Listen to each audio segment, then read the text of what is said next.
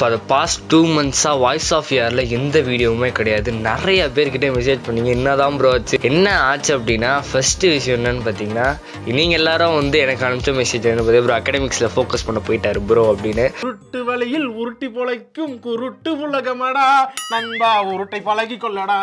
That's the second reason. First reason என்னன்னு பார்த்தீங்கன்னா, நீங்கள் பார்க்குற எல்லா வீடியோஸுமே ப்ரீ ரெக்கார்டட் முன்கூட்டியே எல்லாமே பண்ணி வச்சுது.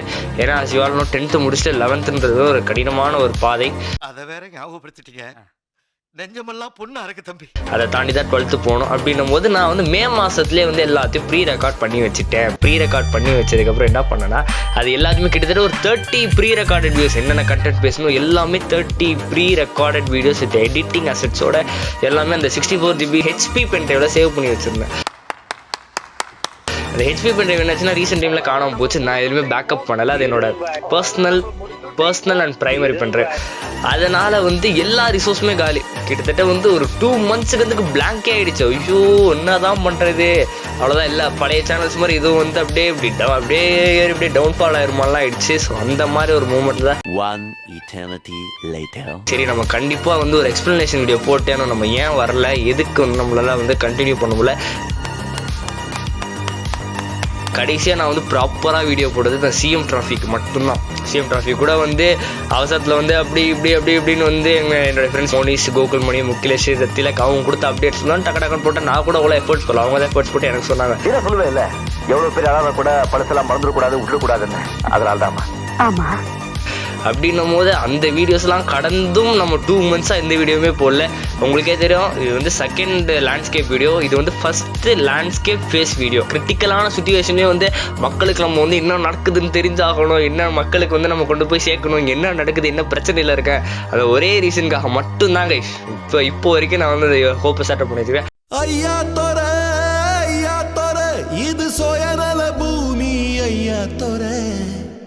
கம்மிங் கிறிஸ்மஸ் லீவில் தான் அடுத்த 3 months-க்கான 3 months 6 months கூட நான் பிளான் பண்ணிட்டு இருக்கேன். ஆனால் 6 months-க்கு நம்ம பிளான் பண்ணால் ரொம்ப அவுடேட்டடாக போயிடுவேன். ஏன்னா 6 months என்னென்ன நடக்கலாம், ஃப்ளாஷ் நியூஸ் வரலாம், அப்டேட்ஸ் பயங்கரமாக இருக்கலாம். ஸோ அதெல்லாம் உங்களுக்கு தெரியப்படுத்தணும், உங்களுக்கு அதை பற்றி எக்ஸ்பிளைன் பண்ணணும்னா நான் ஆன் டுடே டே அப்டேட்டடாக இருக்கணும். இப்போயே போடலாம், வீடியோஸ் நினச்சா போடலாம். பட் டைம் ரொம்ப கம்மியாக இருக்குது. ஏன்னா போர்டு எக்ஸாம் நான் 11th தான் படிக்கிறேன். ஈவன் தோ இந்தியன் பேரண்ட்ஸ் பற்றி உங்களுக்கே தெரியும், போர்டு எக்ஸாம்ஸ் தான் அவங்களுக்கு ஒரு ப்ரெஷர் இருக்கும். அவங்கள விட அவங்களுக்கு இருக்கிற ப்ரெஷர் நமக்கு அதிகமாக இருக்கும். ஏன்னா நம்ம பேரண்ட்ஸ் நம்ம தான் காப்பாற்றணும். அது நிறைய சென்டிமெண்டலாக இருக்கும். அதெல்லாம் மீறியும் இந்த மாதிரி ஒரு யூடியூப் சேனலில் ரைஸ் பண்ணணும் அப்படின்னா எப்படி சொல்கிறது, சம்திங் கன்சர்னிங், ரொம்ப கஷ்டம்தான். நான் என்ன சொல்ல வரேன்னா, எந்த ஒரு விஷயம் போனாலும் கன்சிஸ்டன்சியாக பண்ணுங்கள். நானும் அதுக்கு தான் ட்ரை பண்ணிகிட்ருக்கேன். எப்போதுமே சொல்கிறது இப்படி தான், ஒரு விஷயம் கன்சிஸ்டன்சி ஹார்ட் ஒர்க் இருந்துச்சுன்னா கண்டிப்பாக அதில் சக்ஸஸ் இருக்கும். சக்ஸஸ் நோக்கி தான் போகிறேன். நீங்களும் சக்ஸஸ் நோக்கி போங்க. எப்படி சொல்கிறது, சாதிக்க பிறந்தவன் அதை சக்கரை பாண்டி, ஒன்று சோதிக்க பிறந்தவன் அதை வெற்றி வெல்லுன்ற மாதிரி நம்ம முடிஞ்ச அளவுக்கு ட்ரை பண்ணுவோம். Keep on trying everything. ஏன்னா எல்லாமே மாட்டுமான்னு கேட்டால் மாட்டாது. அப்படிப்பட்ட எலான் மஸ்கே சும்மாலாம் சாதிக்கல. ஒரு ரத்தன் டாட்டா எடுத்துங்க, எல்லாருமே ஃபெயிலியர்ஸ் தாண்டி தான் வந்திருக்காங்க.